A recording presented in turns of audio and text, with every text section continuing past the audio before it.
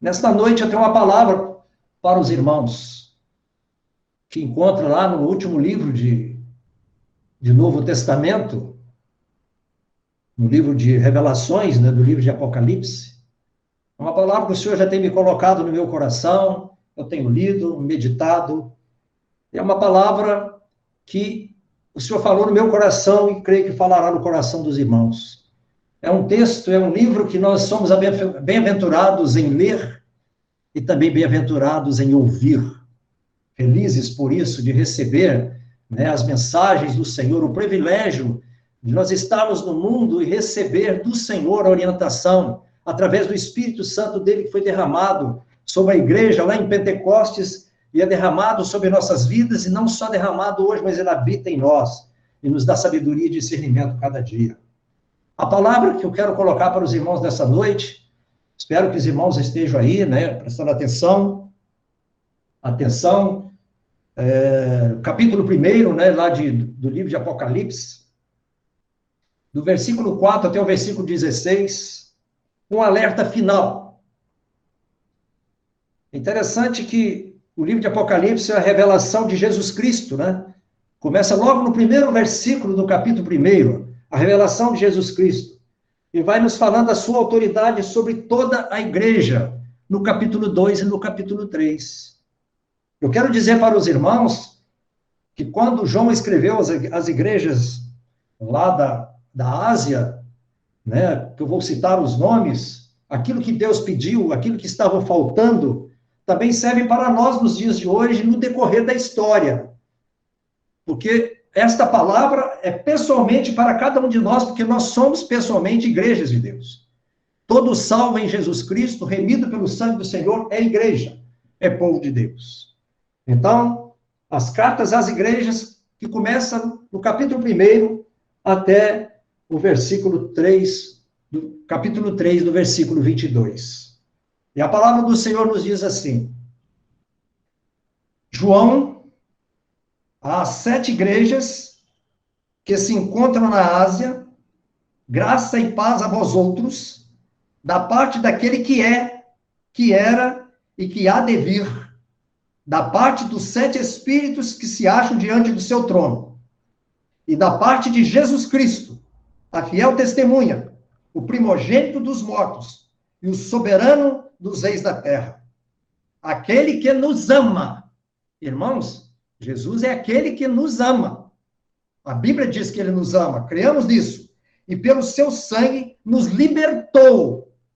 Ele não vai nos libertar, ele já nos libertou, porque nós cremos nele. Ele nos libertou de nossos pecados. E diz também que nos constituiu, não vai constituir. Como igreja, ele nos constituiu reino, sacerdotes para seu Deus e Pai. A ele a glória e o domínio pelos séculos dos séculos. Amém. Eis que vem com as nuvens, e todo olho verá, até quantos os transpassaram. E todas as tribos da terra se lamentarão sobre ele. Certamente, amém. Eu sou o Alfa e Ômega, diz o Senhor Deus, aquele que é, que era e que há de vir, o Todo-Poderoso. Eu, João, irmão vosso e companheiro na tribulação, no reino e na perseverança, em Jesus, achei-me na ilha de chamado Patmos, por causa da palavra de Deus e do testemunho de Jesus. Achei-me em espírito, no dia do Senhor, e ouvi por detrás de mim grande voz como de trombeta, dizendo: o que vês, escreve em livro, e manda às 7 igrejas, Éfeso, Esmirna, Pérgamo, Tiatira, Sardes, Filadélfia e Laodiceia. Voltei-me para ver quem falava comigo, e voltado, vi 7 candeeiros de ouro. E no meio dos candeeiros, um semelhante a filho do homem, com vestes talares e cingido à altura do peito com uma cinta de ouro. A sua cabeça e cabelos eram brancos como alva lã, como neve, os olhos como chama de fogo. Os pés, semelhantes ao bronze polido, como que refinado numa fornalha. A voz como voz de muitas águas. Tinha na mão direita 7 estrelas, e da boca saía uma afiada espada de 2 gumes. O seu rosto brilhava como o sol na sua força. Aqui nós vemos, irmãos, a leitura deste texto, a pessoa do qual esse texto está nos dizendo, a pessoa aqui é João, o apóstolo do Senhor Jesus. Era o último dos apóstolos vivos, já com 90 anos de idade. Ele presenciou, irmãos, como diz aqui no texto, perseguição através, né, perseguição aos cristãos pelo imperador Nero, por exemplo. Uma segunda perseguição por Domiciano, que matou naquela época, por levantamento, mais de 40 mil mortes. Isso nos anos de 81 a 96 depois de Cristo. Uma noite escura para João no ano de 95, no local onde ele estava, na ilha de Patmos, uma prisão para crimes políticos. Nesta solidão que João estava, João ouviu a voz do Senhor, a sua forte voz, a voz como a voz de muitas águas. A atenção de João não é para o que ele vê, mas para o que ele ouve. Prestando atenção nessa palavra. Para o que ele ouve, para o que nós estamos ouvindo, para o que Deus pode estar nos falando. E ele ouve a voz de Cristo, falando às suas igrejas. Quando eu li aqui Tiatira, Sátira, Adão, eram igrejas da Ásia, mas hoje o Senhor está falando a cada um de nós que estamos aqui. Está falando para mim, falando para cada irmão, porque nós somos igreja de Deus. Falando às suas igrejas, com poder e autoridade. Eu pergunto, tem dado ouvido à voz de Cristo? Tens dado ouvido à voz de Cristo? Jesus fala como grandes ondas a bater nas rochas da ilha de Patmos. Quando Jesus fala, abafa qualquer outra voz. Qual a voz que tens dado ouvido? Nós vemos hoje muitas vozes, principalmente pela internet, nos dias, nas comunicações, pela televisão. Qual é a voz que você tem dado ouvido? É a voz do Senhor? Porque quando Jesus fala, abafa toda a voz humana e todas as opiniões contrárias aos seus princípios. O que Jesus diz às suas igrejas é uma palavra final. Suas palavras não podem ser refutadas. Suas apreciações não podem ser rebatidas. Seus vereditos não podem ser encobertos. Suas promessas e princípios jamais serão quebradas. Suas promessas e princípios jamais serão quebradas. As palavras de Jesus é absoluta verdade. É a última palavra. Ele fala às suas igrejas, a cada um de nós, com voz de trovão. Sua palavra é para nos chamar ao arrependimento. Arrependimento. Nos sejamos como as igrejas. Nas igrejas do lado que João citou, que a carta foi levada para cada um deles, que corresponde às igrejas durante os séculos até hoje. Os problemas que tinham lá percorreu todo o século. Nós hoje vemos isso no meio do arraial, onde se fala. Não sejamos como a igreja qual? Como a igreja de Éfeso. É claro que Deus também lhes enviou alguma coisa de Éfeso, mas eu vou colocar aqui aquilo que Deus chamou a atenção. No capítulo 2, do versículo 5, a palavra nos diz assim: Lembra-te, pois, de onde caíste, arrepende-te. Irmão, nós sabemos quando nós erramos. Nós sabemos quando negamos a Jesus. Nós sabemos quando damos mau testemunho. É uma verdade. A gente sabe. Muitas vezes queremos esconder. Nós temos que nos arrepender. Lembra-te, pois, de onde caíste, arrepende-te. E volta à prática das primeiras obras. E se não venho a ti, e moverei do seu lugar o seu candeeiro, se não te arrependeres. Venho a ti, irmãos, é um tempo presente no verbo, referido não à segunda vinda, mas uma vinda espiritual, em bênção ou de julgamento. Nós temos que olhar isso. Deus pode estar nos abençoando e pode nos julgar pelas nossas práticas. Moverei do seu lugar o teu candeeiro. O que quer dizer? Uma congregação, ou uma chamada igreja em qualquer lugar, ou a minha vida ou a sua vida como igreja, pode continuar a existir, mas não vai ser luz mais na escuridão que precisa. Então nós precisamos arrepender para que possamos levar arrependimento para outras pessoas. Amém? Outra igreja, né, que não sejamos A igreja de Amém. Pérgamo. Apocalipse 2,16. Ele continua dizendo, o Espírito dizendo a João, no escrever, portanto, arrepende-te, senão venho a ti sem demora. E contra eles pelejarei com a espada de minha boca. Que eles são estes? Que são estes que Deus está falando? Contra eles. Porque no seio da igreja do Senhor existem os falsos, os mentirosos, os falsos mestres. Essa luta veio lá do início. Os cristãos verdadeiros são chamados a se arrepender, expulsando os mestres corruptos ao no seu meio. Nesta cidade, que acontecia lá em Pérgamo, a doutrina de Balaão e dos nicolaítas, que era levar o povo à idolatria e à imoralidade. Isso hoje está acontecendo novamente. Se a gente prestar atenção no que está acontecendo por aí afora, essas doutrinas que percorreram séculos, ela está aí, falando aos corações e às mentes, as pessoas não dando ouvido à palavra de Deus. Afiada espada de dois gumes significa castigo para aqueles que atacam o povo de Deus e destroem a sua igreja. Significa o poder da sua palavra. O poder da palavra. A palavra de Deus é a espada de dois gumes. Ela é afiada, ela corta, ela faz o que é devido fazer quando o Senhor quer. Não sejamos também como a igreja de Tiatira. Apocalipse 2:20, que diz: tenho, porém, contra ti o tolerares que essa mulher, Jezabel, que a si mesma se declara profetiza, não somente ensine, mas ainda seduza os meus servos a praticar a prostituição e a comerem coisa sacrificada aos ídolos. Interessante que Jezabel era a esposa de Acabe lá no Velho Testamento. O testemunho daquela mulher estava perturbando a igreja lá de Tiatira. E que o Senhor chama a atenção. Dê-lhe tempo para que se arrependesse. Ela, todavia, não quer arrepender-se da sua prostituição. Irmãos, na igreja de Tiatira havia um falso sistema eclesiástico que nós vemos nos dias de hoje. Se você pensar e analisar, você sabe onde está o falso sistema eclesiástico, que irmão Pedro um dia chamou de a Babilônia.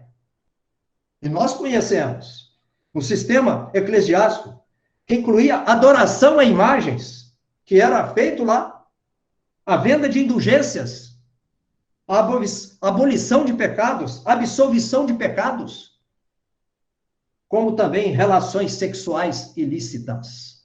Então, isso que acontecia na igreja de Tiatira, nós devemos excluir, né, no meio, e ter discernimento destas coisas. Também não sejamos como a igreja de Sardes.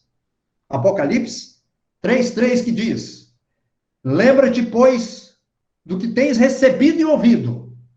Irmãos, nós temos recebido e ouvido coisas maravilhosas pela escola bíblica. E outras reuniões que nós temos, domingo à noite, como eu tenho bebido disto, nós temos recebido coisas maravilhosas, coisas grandiosas da palavra de Deus. Lembra-te, pois, do que tens recebido e ouvido. Guarda-o e arrepende-te, porquanto, se não vigiares, virei como ladrão, e não conhecerás de modo algum em que hora virei contra ti. O Senhor chama a atenção a isso. Que Sardes era uma igreja morta, representando uma cidade decadente de luxúria, apatia e religiosidade. E religiosidade licenciosa. Como ladrão, quer dizer, não é para o arrebatamento, e sim para o juízo na sua vinda. O Senhor vai julgar, o Senhor vai falar. Tá bem, irmãos? Não sejamos como a igreja de Laodiceia. No capítulo 3, 18 e 19, diz o seguinte: aconselho-te que de mim compres ouro refinado. A gente sabe que a cidade de Laodiceia era uma cidade rica, né?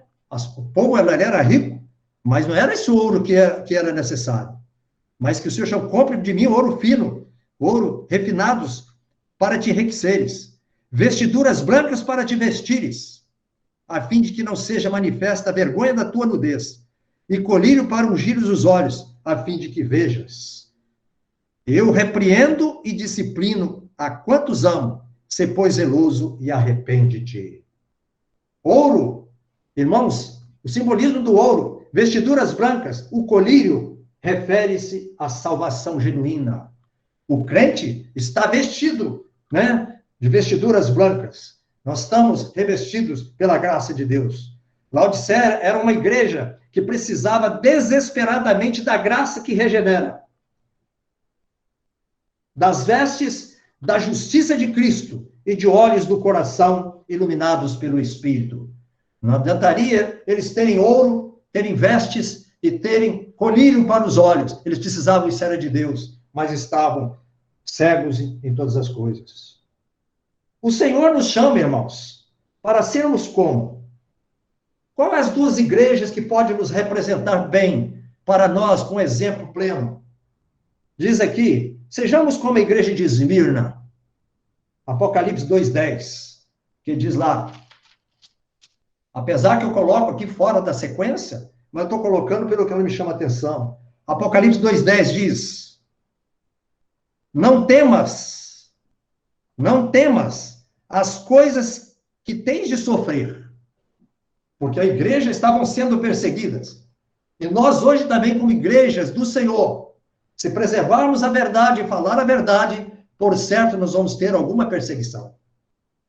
Certa vez eu estava falando com um irmão que prega em praça pública. Eu falei com ele, muitas das vezes as pregações em praça pública, o pregador, se falar verdadeiramente o que o Espírito pede para falar, se facilitar, ele vai tomar pedrada, ou até galope. Porque as coisas são muito certas.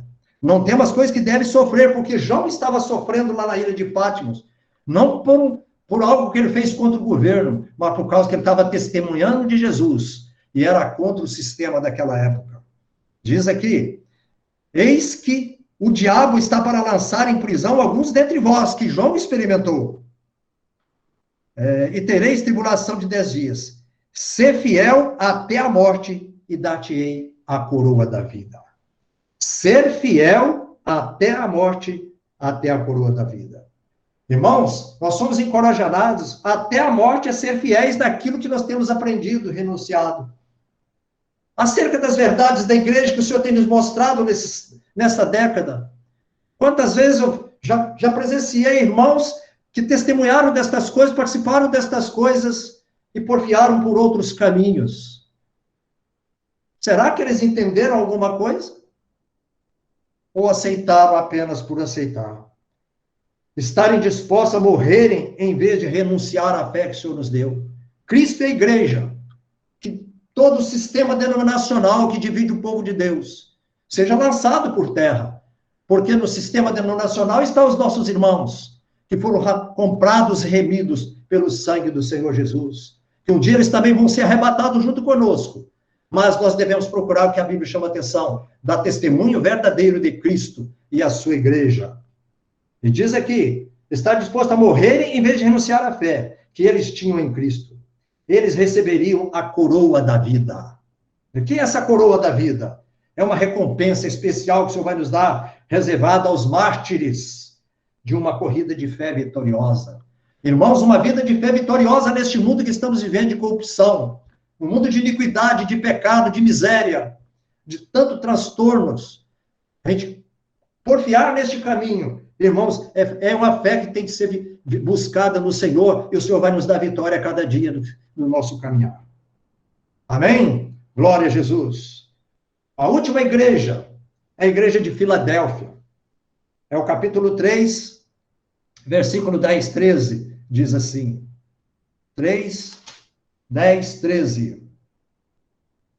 Porque guardaste a palavra da minha perseverança. Porque guardaste a palavra da minha perseverança. Também eu te guardarei da hora da provação.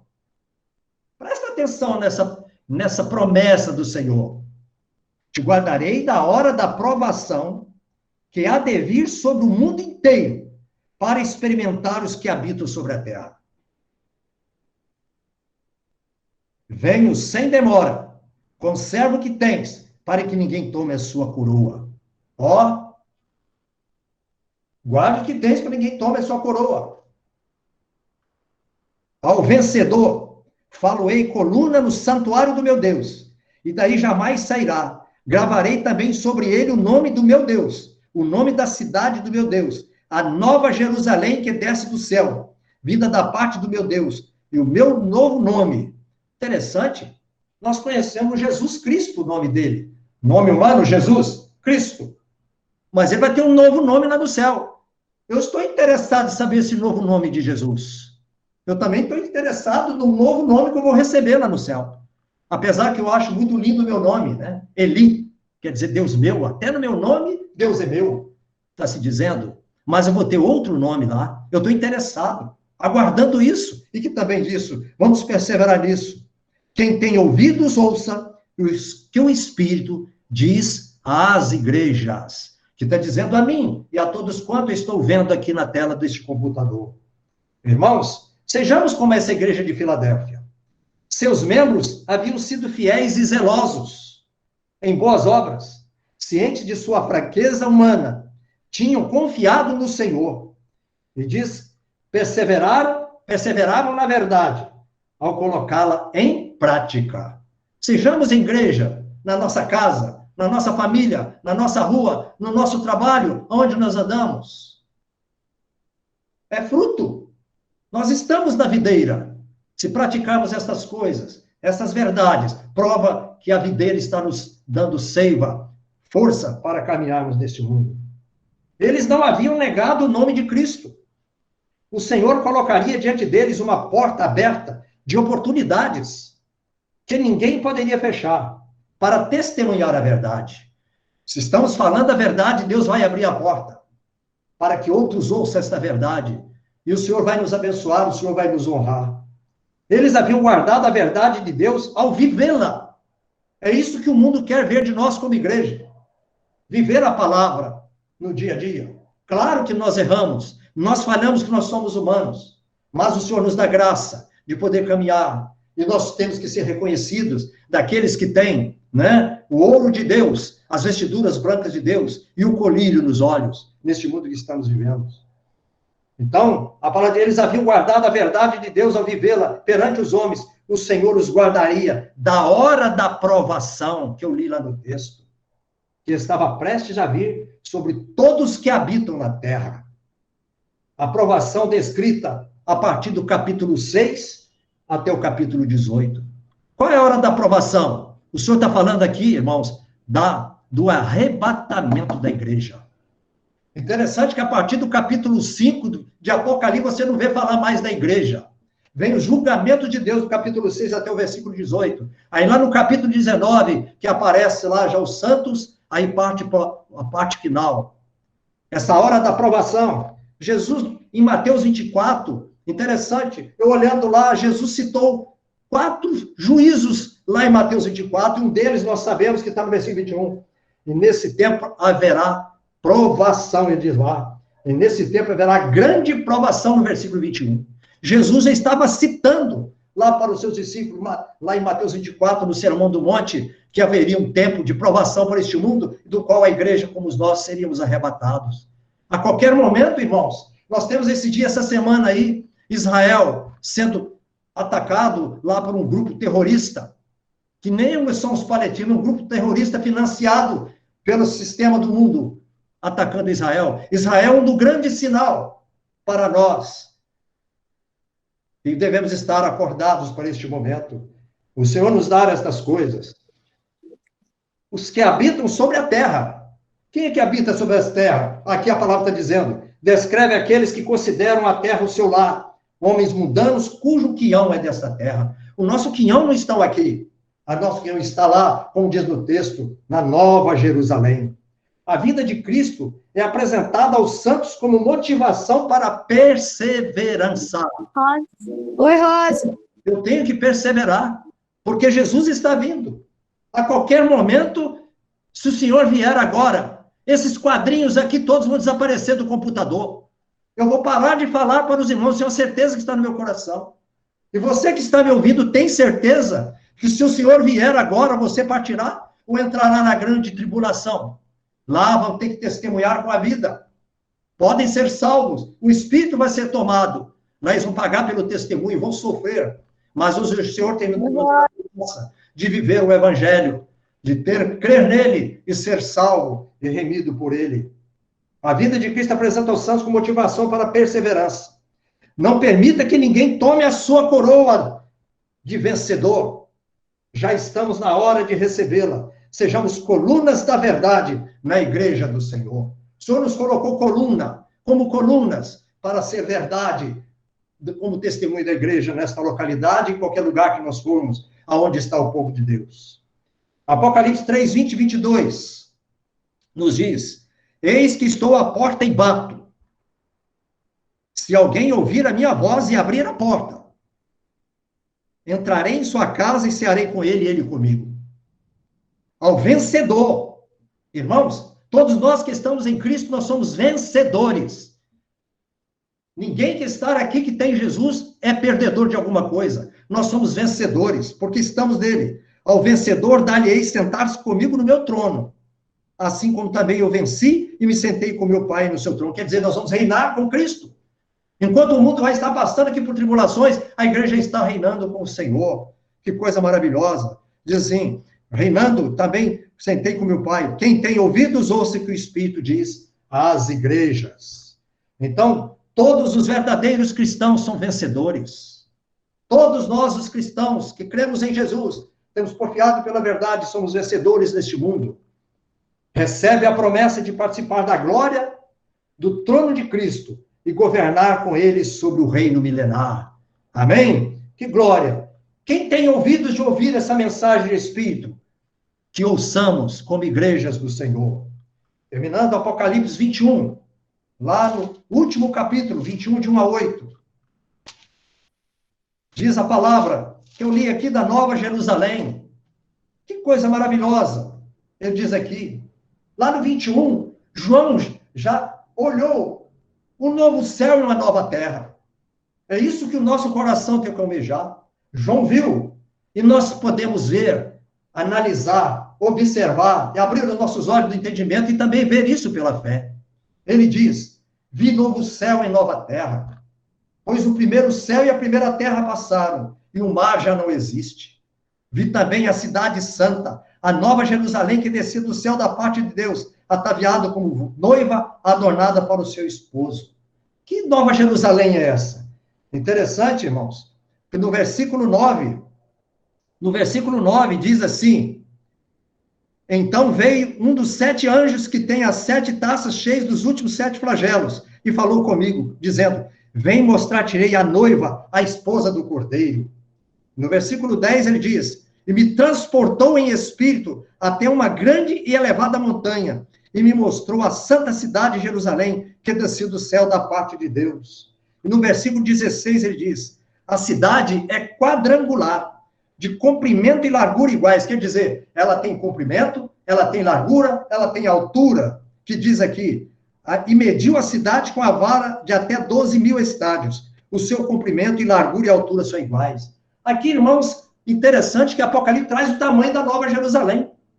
Pelos cálculos que a Bíblia coloca aqui, dá em torno de 2.240 quilômetros de comprimento, 2.240 de largura e 2.240 de altura. Então, eu penso no meu pensamento, um grande apartamento de habitação dos santos da Nova Jerusalém. Que bênção que vemos isso. É isso que o Senhor tem preparado para nós. E João viu a Nova Jerusalém.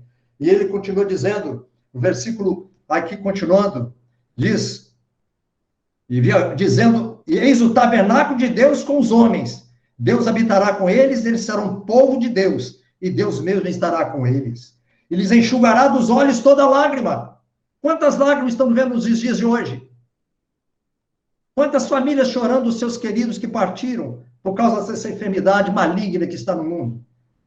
Já não haverá luto, nem pranto, nem dor, porque as primeiras coisas passaram. Isso o nosso coração tem que almejar, buscar, entender.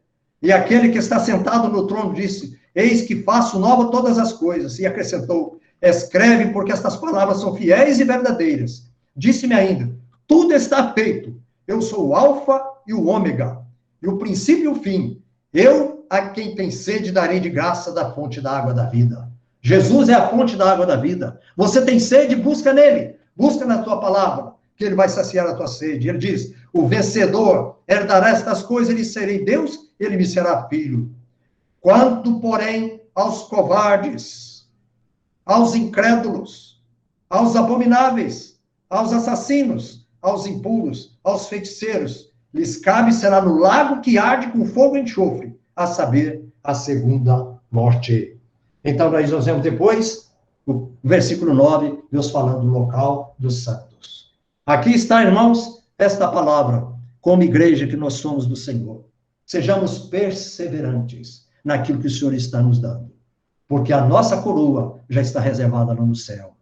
Sejamos povo de Deus nos dias em que estamos vivendo, e que a graça do Senhor esteja com cada um de nós, e que possamos viver essa vida que o Senhor tem nos dado em abundância. Temos lutas, dificuldades, provações, tentações, mas a palavra de Deus diz que aqueles que estão em Cristo, nós diz que lá somos mais do que vencedores, porque Ele nos amou. Amém? Que o Senhor esteja com os irmãos, e que a graça do Senhor esteja sobre os irmãos, cada dia em que nós vivemos. Aleluia! E vivamos a vida da igreja do Senhor, porque a qualquer momento Ele vai nos tirar daqui para reinarmos com Ele em glória. Amém? Glória a Jesus. Que o Senhor nos abençoe e que o Senhor nos guarde. Amém.